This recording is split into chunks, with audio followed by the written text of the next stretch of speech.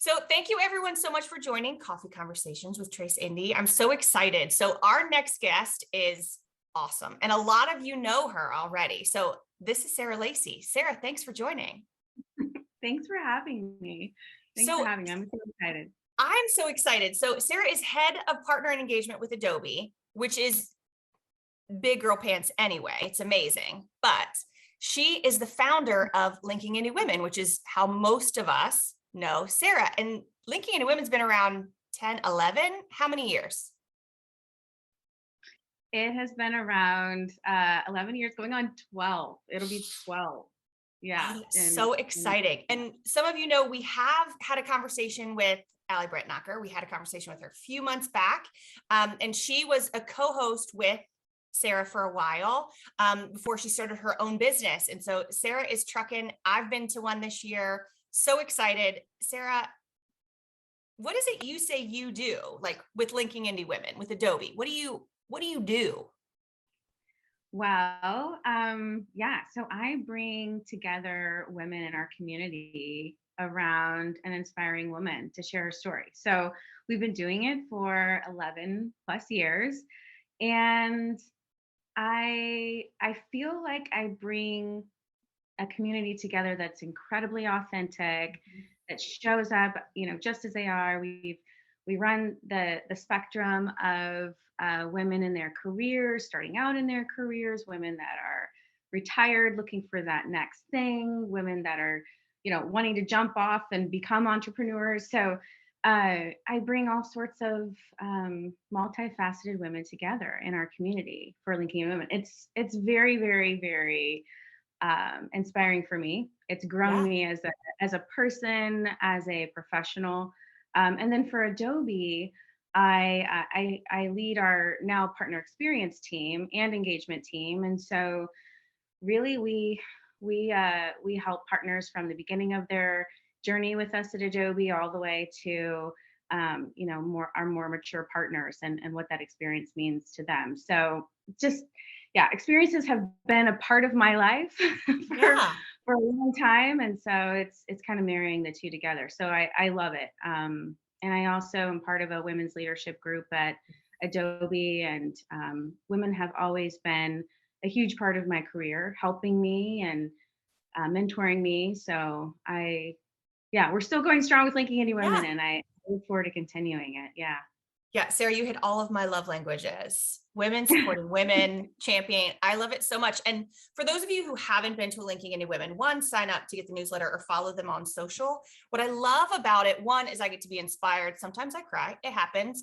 But there are women in the community that I follow on Twitter that I all of a sudden met in real life. So Melanie Allen, who was on Mm. Coffee Conversations, we had been, longtime listener, first time follower or first time caller when we got to see each other in person at a Linking Indie Women event, and Aw. it's magic. So anyway, I really encourage everyone to go, and I'm going to harp on this probably towards the end of this conversation. So Sarah, how did you get there? So maybe some of Adobe, right? But why did you start Linking Indie Women? And that was a long time ago. Mhm. But how did you get there? How did you get here? That's a great question. So I have been in the tech startup community in Indianapolis most of my early career. Excuse me. And I was I was in tech sales, right? And Yeah. I would go to these networking events, and there would be a lot of men, heavily male-dominated industry, especially in Indianapolis with startups, venture capital, et cetera. And I just couldn't find my groove. I didn't feel like it was comfortable for me in a lot of ways. It was a lot of passing of business cards. It was a lot of like, me at the golf course, or, not that I like golf, but I didn't feel like I was getting fed or authentic relationships were Yeah. building. And I did not see very many women, Yeah. maybe just a couple. And so I went to this CEO event at the Skyline Club. I think it was actually a chamber event going on almost 12 years ago. And I was given that ticket from my boss, Troy Burke, who was the CEO of, is the CEO of Ride On Interactive. He said, take my ticket, go. I go, I look around the room. Brad Stevens was speaking. He was, the coach of the Mhm. Celtics and Butler, et cetera. And I look around the room and I'm like, there's no women. I'm at a CEO event at the gym and there's no women. And then I see Cecilia Whitfield, and she's the CEO of Use What You've Got. And we sat next to each other, and she starts telling me her story of how she founded her organization. She had been doing it for 20 years at the Yeah. time. And I was like, I've never heard of this. And I need more of this in my life. Yeah.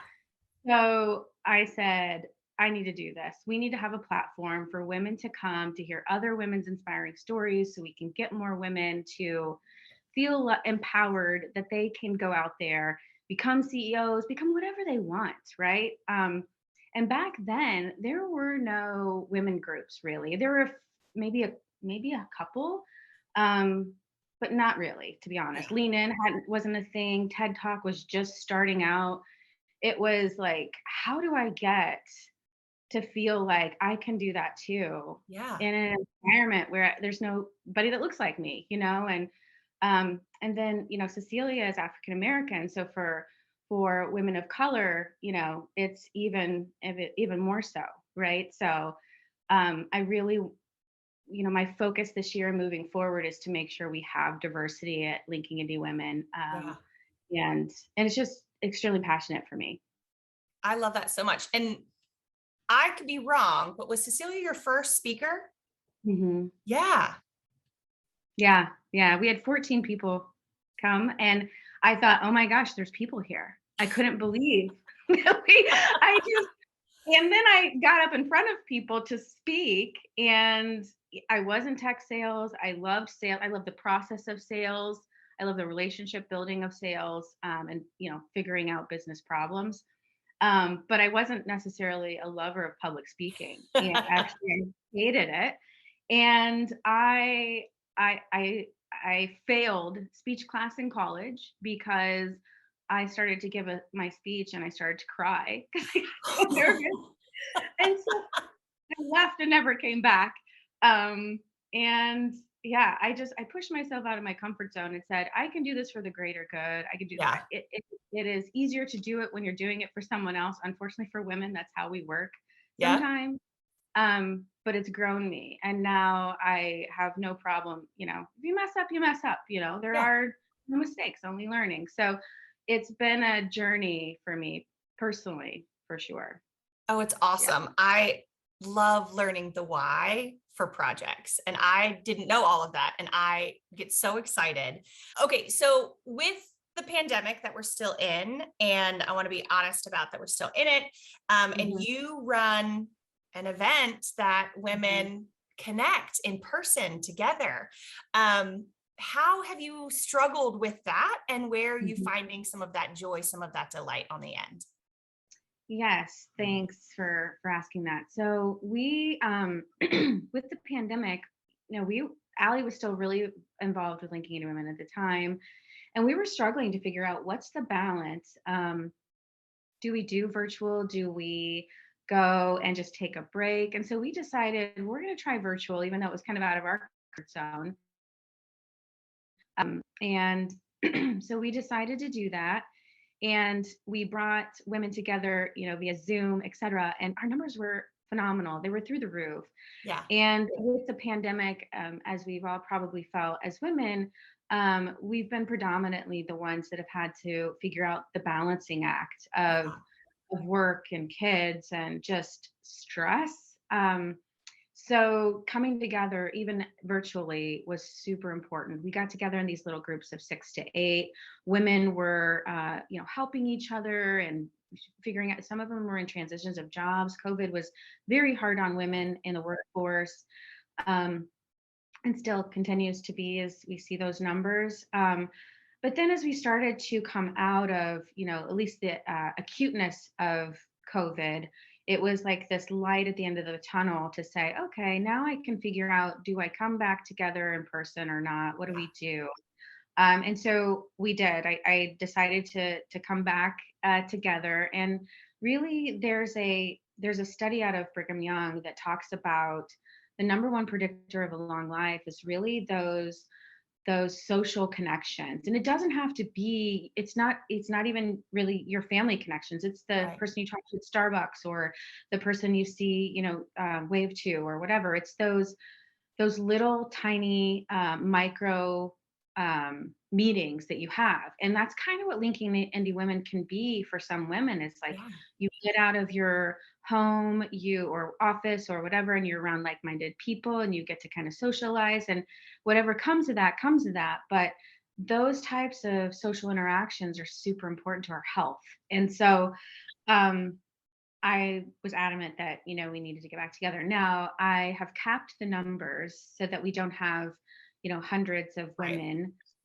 So I'm still doing that, very cognizant of that. We still have women that come and wear masks, and we did at the very beginning, and now we've kind of, it's, choose your own comfort level. Mhm. So that's been, a journey in and of itself, right? Everybody has their thoughts around that, and do we do it, do we not? Yeah. But we're showing up, and that's important. Yeah. And yeah, I'm I love excited it. And about one thing that you guys have you both really did during the pandemic with online is giving back in the community. It was lovely to, give $5, join online, it. Mhm. and give back. And that was such a lovely thing to do, especially in our community, which was, well, in need of a little bit of love now and again. So Yeah. what can what could our community do? Women, Indianapolis,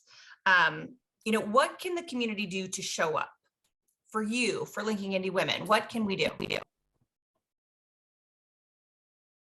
Yeah, that's a great question. I think just showing up for ourselves, making ourselves a priority, that's what builds community. Because a lot of times, I mean, I am guilty of this a lot. I was Even just this weekend, I was like, well, I don't think I should go because I've got so much to do. Not for Linking to Women, but my daughter and I went to a concert, and we went to the Wonder Road Fest, I and went to that. I think I backed out like 50 times, and she was like, "You need to go, you need to go."